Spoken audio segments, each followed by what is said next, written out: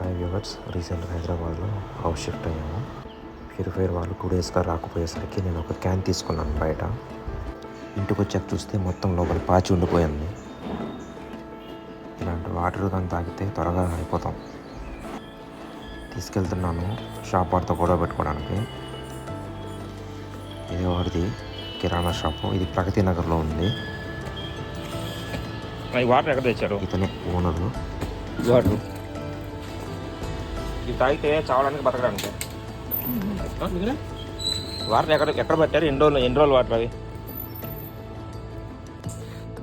ఎట్లా ఇస్తారు? మీరు ఎలా అమ్ముతారు అసలు ఇన్ని రోజులు స్టాక్ మీరు ఎట్లా పెట్టుకుంటారు చెప్పండి?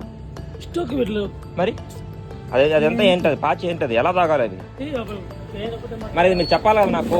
పాతవండి, మీరు తాగకూడదు, తీసుకెళ్ళకూడదు, మీరు చెప్పాలి కదా నాకు. పిల్లలు ఇంట్లో ఉన్నారు, ఎట్లా తాగాలి? పిల్లలు అవి తాగితే ఏమవుతారు? చిన్నపిల్లలు అందరూ ఉంటారు కదా. అసలు అవి ఎలా అమ్ముతారు మీరు? నాకు అర్థం కావట్లేదు. చూడు ఏ విధంగా పాచిందో చూడండి, ఏ విధంగా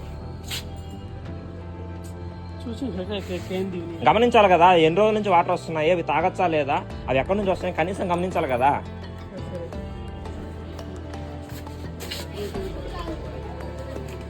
గమనించుకొని మీరు ఎలా అమ్ముతారు? అడిగేవారు లేరనే.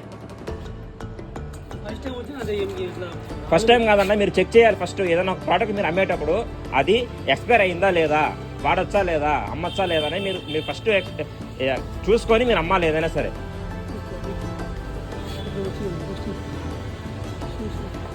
సరే మీ మీద కంప్లైంట్ ఇవ్వాలి నేను.